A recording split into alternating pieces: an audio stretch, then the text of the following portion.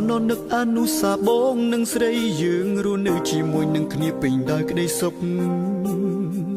ហើយពួកយើងបានសច្ចាទុំគ្មានថ្ងៃណាដែលព្រាត់ក្បត់ទៅមានអ្នកថ្មីផ្សេងឡើយតែបើមានម្នាក់ណាដែលក្បត់យើងស៊ូព្រាត់រហូតតែអ្វីៗដែលបងមិនធ្លាប់គិតសោះអីលើនេះរឿងរ៉ាវទាំងនោះវាកើតឡើងហើយរឿងនោះកើតឡើងព្រោះតែស្រងត្រានត្រើយរូបអូននេះហើយជាអ្នកបងក៏ឡើង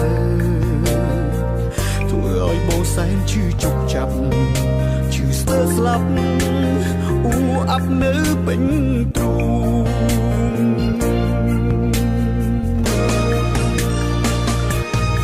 បងចង់សួរថាតើអូនក្បត់បងដើម្បីអ្វី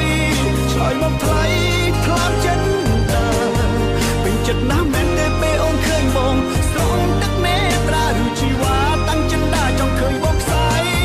ពេលនេះក្តីឈឺចាប់ទៅក៏ស្ទះពេញអរ៉ាព្រោះស្នេហាទៅយ៉ាងនេះពេលនេះដើមទ្រូងកំពុងឆាប់ឈួលឆេះទ្រូងស្ទើរតែប្រេះឬជាតិនេះខ្ញុំត្រូវយំរហូតថ្ងៃស្លាប់មែនទេ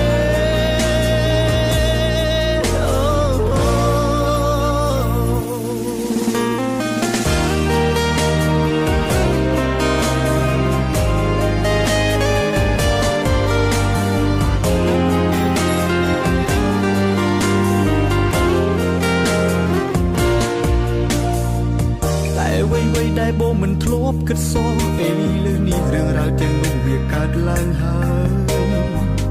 រឿងនោះកើតឡើងព្រោះតែស្រងត្រានត្រើយរូបអូននេះហើយជាអ្នកបងក៏ឡើងធ្វើឲ្យបងសែនឈឺជប់ចាប់ឈឺស្ទើរស្លាប់អ៊ូអាប់នៅពេញទ្រូ